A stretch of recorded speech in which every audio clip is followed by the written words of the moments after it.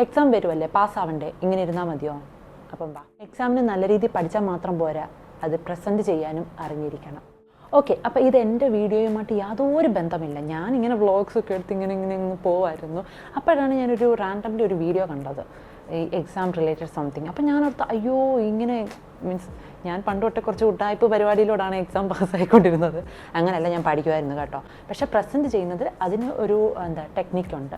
അതിൽ മാത്രമേ നമുക്ക് പിടിച്ച് നിൽക്കാൻ പറ്റത്തുള്ളൂ. എന്നെക്കാളും പഠിക്കുന്ന ഒത്തിരി പിള്ളേരുണ്ടായിരുന്നു, പക്ഷേ എങ്ങനെയൊക്കെയോ അവരെക്കാളും സംടൈംസ് മാർക്ക് കിട്ടുന്നുണ്ടായിരുന്നു. അതിൻ്റെ സീക്രട്ടാണ് ഞാൻ പറയാൻ പോകുന്നത്. ഓക്കെ, ചിലർ എത്ര പഠിച്ചാലും മാർക്ക് കിട്ടത്തില്ല. അതെന്താണെന്ന് ശ്രദ്ധിച്ചിട്ടുണ്ടോ? അല്ലെങ്കിൽ അവർ പഠിച്ചതിൻ്റെ അത്ര അങ്ങോട്ട് മാർക്ക് കിട്ടിയിട്ടില്ലെന്ന് കംപ്ലയിൻറ്റ് കേൾക്കാം. അല്ലെങ്കിൽ അങ്ങനെ എന്തെങ്കിലുമൊക്കെ കേട്ടിട്ടില്ലേ? ഉണ്ട്, നമ്മുടെ കൂടെയുള്ള പിള്ളേർ ഒത്തിരി പേര് അങ്ങനെ ഉണ്ട്.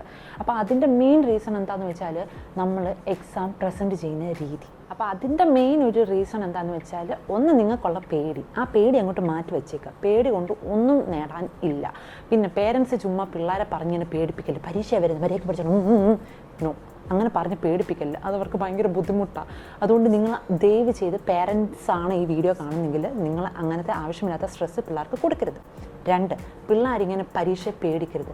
നിങ്ങൾക്ക് അറിയാവുന്ന കാര്യങ്ങൾ എഴുതി വെക്കുക, ദാറ്റ്സ് ഇറ്റ്. ഓക്കെ, അപ്പോൾ എൻ്റെ വാചകവാടി നിർത്തി ഞാൻ പോയിന്റിലേക്ക് വരാം. പരീക്ഷയൊക്കെ അല്ലേ, ഇത് കണ്ടിട്ട് വേണ്ടേ പോയിരുന്നു പഠിക്കാൻ. ഓക്കെ, അപ്പോൾ ഫസ്റ്റ് സ്റ്റെപ്പ് ഞാൻ എഴുതി വെച്ചിട്ടുണ്ട് കേട്ടോ. ഓക്കെ, അപ്പോൾ ഫസ്റ്റ് സ്റ്റെപ്പ്, ഒരിക്കലും ഒരു ക്വസ്റ്റ്യനും അറ്റൻഡ് ചെയ്യാതെ വിടരുത്. കാരണം ഇപ്പോൾ 1/2 മാർക്കോ 1 മാർക്കോ ഒക്കെ നിങ്ങളെ ഇട്ട് തന്ന് ജയിപ്പിക്കണമെങ്കിൽ പോലും അവരെവിടെ കൊണ്ടിടും? പേപ്പറിൽ വല്ല എഴുതി വെച്ചിട്ടുണ്ടെങ്കിൽ അല്ലേ അവർക്ക് ഇടാൻ പറ്റത്തുള്ളൂ. അപ്പോൾ അതുകൊണ്ട് ഒരു കാരണവശാലും ഒരു ക്വസ്റ്റ്യനും നിങ്ങൾക്ക് ഒന്നും അറിയത്തില്ലേ പോലും അത് അറ്റൻഡ് ചെയ്തിരിക്കണം. അതാണ് മെയിൻ. ഒരിക്കലും സ്കിപ്പ് ചെയ്യരുത്. ചുമ്മാ നമ്പർ ഇട്ടിട്ടിങ്ങനെ എഴുതാതെയും പോകരുത്.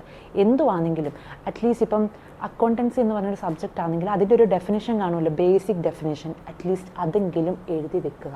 ക്വസ്റ്റ്യൻ അതുമായിട്ട് ബന്ധപ്പെട്ടൊന്നും ആയിരിക്കത്തില്ല, പക്ഷേ ആ subject what ever it is, ഇപ്പം അക്കൗണ്ടൻസി ആവാം, അല്ലെങ്കിൽ ഇപ്പം നിങ്ങൾ പഠിക്കുന്ന എന്തും ആകാം, ഹിസ്റ്ററിയിൽ എന്തെങ്കിലും ആകാം, അല്ലെങ്കിൽ മാത്സിൽ എന്തെങ്കിലും ആകാം, അല്ലെങ്കിൽ വാട്ട് എവർ, അതിൻ്റെ ഒരു ബേസിക് എന്തെങ്കിലും ഒരു ഡെഫിനേഷൻ അറിയാമെങ്കിൽ അറ്റ്ലീസ്റ്റ് അതെങ്കിലും എഴുതി വെക്കുക.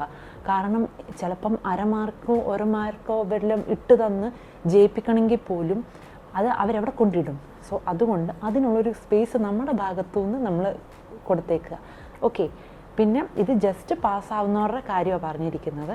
അതല്ലാതെ നല്ല രീതിയിൽ പ്രസൻറ്റ് ചെയ്യുന്നതിൻ്റെ അടുത്ത ഇനി ഞാൻ പറയുന്ന പോയിൻറ്റ്സ്. നിങ്ങൾക്ക് ഇപ്പോൾ ഒരു ക്വസ്റ്റ്യൻ കിട്ടുക, okay, what are the characteristics of എന്തെങ്കിലും ഒരു ഇത്. അപ്പം നിങ്ങൾ ഇപ്പം ഞാൻ ഒറ്റ മിനിറ്റ് ഇപ്പം ഇതിനകത്ത് ഇത് ഞാൻ പിന്നെ വീഡിയോ വേറെ കാണിക്കാം. ഓക്കെ, അപ്പം നിങ്ങൾക്ക് ഒരു ക്വസ്റ്റ്യൻ കിട്ടുക.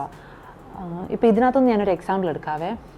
നിങ്ങൾക്കിപ്പം ക്വസ്റ്റ്യൻ വരുന്നത് what are the core principles of Kanban. അപ്പം ഡയറക്റ്റ് ആ പ്രിൻസിപ്പിളിലോട്ട് പോവാതെ ആ ചോദിച്ചിരിക്കുന്ന സംഭവം എന്തുവാണോ അതിനെപ്പറ്റി ആദ്യം ഒരു പാരഗ്രാഫ് എഴുതുക.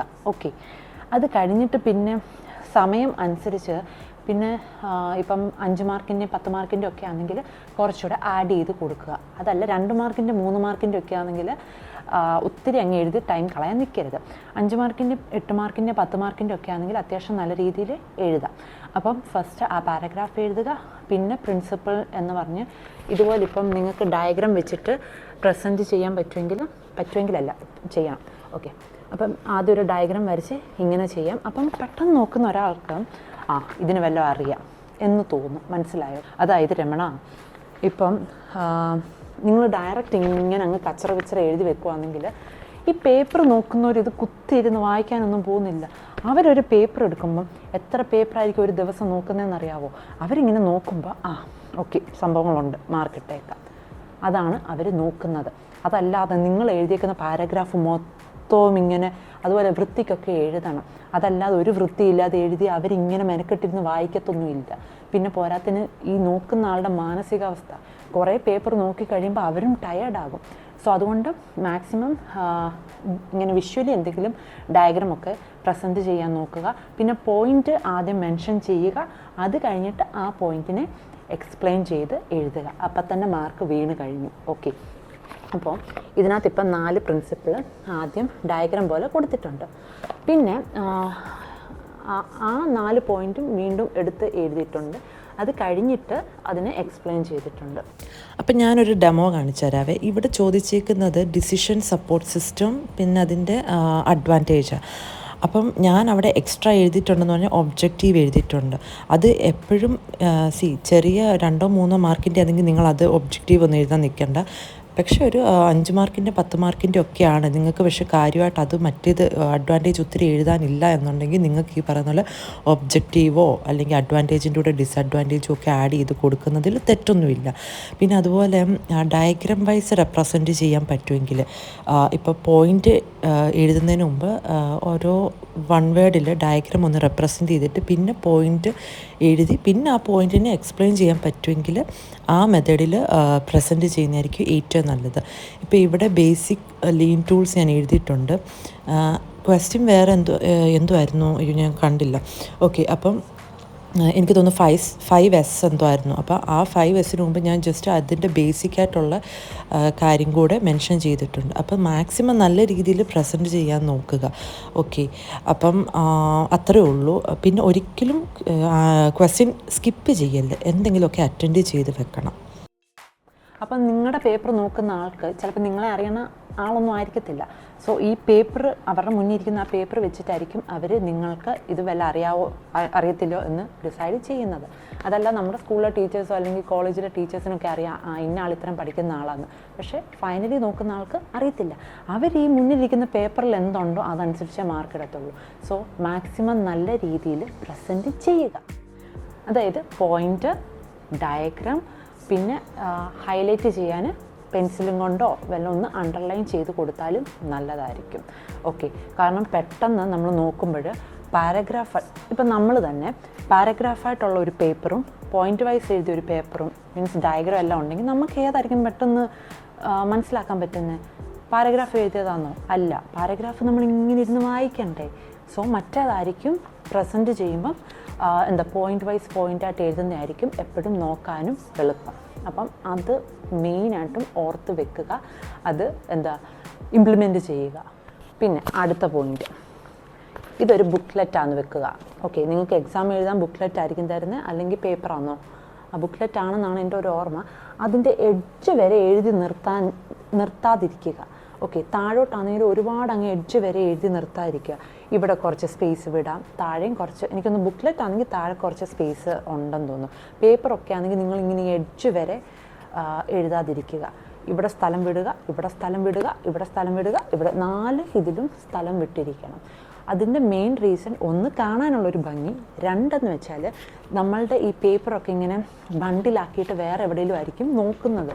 യൂണിവേഴ്സിറ്റിയിലൊക്കെ നോക്കുന്നെങ്കിൽ ഈ എഡ്ജൊക്കെ കീറി പോയിട്ടുണ്ടെങ്കിൽ നിങ്ങൾ എഴുതി മെയിൻ പോയിൻ്റൊക്കെ പോയി കാണും. സോ അതുകൊണ്ട് പോയിൻ്റല്ല, ഇപ്പോൾ ഡയഗ്രാം വല്ലതൊക്കെ ആണെങ്കിൽ അതിൻ്റെ ഒരു സൈഡ് പോയാൽ പിന്നെ അവരെ ഇമാജിൻ ചെയ്ത് ഈ കൊച്ചിതായിരിക്കും വരച്ച് എന്നൊന്നും പറഞ്ഞിടത്തൊന്നും ഇല്ല. സോ മാക്സിമം ഒരുപാട് അങ്ങ് എഡ്ജിലോട്ട് പോവാതിരിക്കുക. പിന്നെ മെയിൻലി ഈ കാണുമ്പോൾ ഇങ്ങനെ അങ്ങ് ഒരു വൃത്തികേടായിരിക്കും. സോ എന്തായാലും പൈസ കൊടുത്തിട്ടല്ലേ ബുക്ക്ലെറ്റൊക്കെ കിട്ടുന്നത്, ലാവിഷാക്കുക. ഓക്കെ, മാക്സിമം ബുക്ക്ലെറ്റ് ഉപയോഗിക്കുക. പിന്നെ മാത്സ്, ഫിസിക്സ് പോലുള്ളതിലൊക്കെ ഈ ഇക്വേഷൻസ് ഡിറൈവ് ചെയ്ത് വരത്തില്ലേ? ആദ്യം ഒരു ഇക്വേഷൻ നമ്പർ 1, രണ്ടാമത്തെ ഒരു ഇക്വേഷൻ, അത് രണ്ടും കൂടെ കമ്പൈൻ ചെയ്തിട്ടായിരിക്കും ഫൈനൽ ഇക്വേഷൻ. അപ്പം അങ്ങനെ വരുമ്പോൾ ഈ ഡിറൈവ് ചെയ്ത് വന്ന ഫസ്റ്റ് ഒരു മെയിൻ ഇക്വേഷൻ ഉണ്ടല്ലോ, അതിന് ഇക്വേഷൻ നമ്പർ 1 എന്നൊന്നിടുക. ഇക്വേഷൻ നമ്പർ 2, അടുത്തത് 3, അങ്ങനെ മെയിനായിട്ടുള്ള ഇക്വേഷൻസ് എല്ലാം ഒന്ന് ഹൈലൈറ്റ് ചെയ്യുക, അല്ലെങ്കിൽ ഒരു ബോക്സിലാക്കാം, എന്തുവാന്നേലും. അതായത് പെട്ടെന്ന് നോക്കുന്ന ഒരാൾക്ക് മനസ്സിലാക്കാൻ പറ്റണം. അതല്ലാതെ അവരിങ്ങനെ ഇതിനകത്തു ഇതാന്ന് തോന്നുന്നു ഡിറൈവ് ചെയ്ത് വന്നത്, അവർ നിൽക്കുമോ? ഇല്ല. നമ്മൾ നമ്മുടെ ഭാഗത്തുനിന്ന് മാക്സിമം അത് ഹൈലൈറ്റ് ചെയ്ത് കൊടുക്കണം, എന്നാലേ അവർക്കത് മനസ്സിലാകത്തുള്ളൂ. അവർ നോക്കുമ്പോൾ ഇക്വേഷൻ നമ്പർ 1 ഇവിടെ ഉണ്ട്, 2 ഇവിടെ ഉണ്ട്, എന്നിട്ട് അവർ ജസ്റ്റ് ഓടിച്ച് നോക്കും കേട്ടോ, ചുമ്മാതെ എന്തെങ്കിലും കാണിച്ച് വെക്കല്ല്. അവരത് ഓടിച്ചൊക്കെ നോക്കും, പക്ഷേ കുത്തിയിരുന്ന് ഭയങ്കരമായിട്ട് അങ്ങ് വായിക്കത്തൊന്നുമില്ല. അപ്പം അങ്ങനെയാണ് ഇതിൻ്റെ ഒരു സൈക്കോളജി വരുന്നത്. പിന്നെ ഞാൻ വീണ്ടും പറയുന്നു, നിങ്ങൾ ദയവ് ചെയ്ത് ഒരു ക്വസ്റ്റ്യൻസും അറ്റൻഡ് ചെയ്യാതെ വിടരുത്. എന്തെങ്കിലുമൊക്കെ എഴുതി വെക്കണം, എന്തെങ്കിലുമല്ല ആ സബ്ജക്റ്റുമായിട്ട് റിലേറ്റ് ചെയ്ത് എന്തെങ്കിലുമൊക്കെ എഴുതി വെക്കണം. പിന്നെ ഈ പറഞ്ഞ പോലെ അഡ്വാൻറ്റേജ് ചോദിക്കുകയാണെങ്കിൽ നിങ്ങൾക്ക് അഡ്വാൻറ്റേജ് 2 അറിയത്തുള്ളൂ, പക്ഷേ ഡിസഡ്വാൻറ്റേജ് നിങ്ങൾക്ക് ഒരു 5 അറിയാൻ നിൽക്കുക. അപ്പം രണ്ടും കൂടെ അങ്ങ് എഴുതി തകർത്തോണം, മാർക്ക് ഡെഫിനറ്റ്ലി കിട്ടും. പിന്നെ പ്രസൻറ്റ് ചെയ്യുന്ന ഒരു രീതി, കാര്യമൊന്നുമില്ല, ആ പ്രസൻറ്റ് ചെയ്യുന്ന രീതി, അതിന് മാർക്ക് വീഴും. വീഴും, ഉറപ്പായിട്ടും വീഴും. ഞാൻ 10ാം ക്ലാസ് തൊട്ട് ഇതേ പാറ്റേണാണ് ഫോളോ ചെയ്യുന്നത്. MBAക്ക് വരെ ഞാൻ ഇത് തന്നെയായിരുന്നു ഫോളോ ചെയ്തുകൊണ്ടിരുന്നത്. ഞാൻ അധികം ഒത്തിരി നേരം ഇരുന്ന് പഠിക്കുന്ന ആളൊന്നുമല്ല. ഞാൻ ആകെ 1/2 മണിക്കൂർ 1 മണിക്കൂറിൻ്റെ ആളാണ്. പക്ഷേ കുത്തിയിരുന്ന് പഠിച്ച ഒരാൾക്കും എനിക്കും ഏകദേശം ഒരേ മാർക്കൊക്കെയാണ്. പലപ്പോഴും അവരെക്കാളും കൂടുതൽ കിട്ടിയിട്ടുമുണ്ട്, കുറവും കിട്ടാറുണ്ട്. അത് ഇറ്റ്സ് ഓക്കെ. ഓക്കെ, അപ്പം ഇത്ര ഉള്ളെന്ന് തോന്നുന്നു. വേറെ എന്തെങ്കിലും ഉണ്ടോ? അപ്പോൾ ഇന്നത്തെ വീഡിയോയിൽ പറഞ്ഞത് പ്രസൻറ്റ് ചെയ്യുന്ന രീതി, എക്സാമിന് പ്രസൻറ്റ് ചെയ്യുന്ന രീതി, അല്ലാതെ പഠിക്കുന്ന മെത്തേഡൊന്നുമില്ല. പഠിക്കുന്ന മെത്തേഡിനെ പറ്റി എനിക്ക് കാര്യമായിട്ടൊന്നും അറിയത്തില്ല, ടു ബി ഓണസ്റ്റ്. ഓക്കെ, അപ്പം ഇത് നിങ്ങൾ ജസ്റ്റ് ഒന്ന് മനസ്സിൽ വെക്കുക. കണ്ണും പൂട്ടി അങ്ങോട്ട് എഴുതുക. കിട്ടും, ഉറപ്പായിട്ടും കിട്ടും.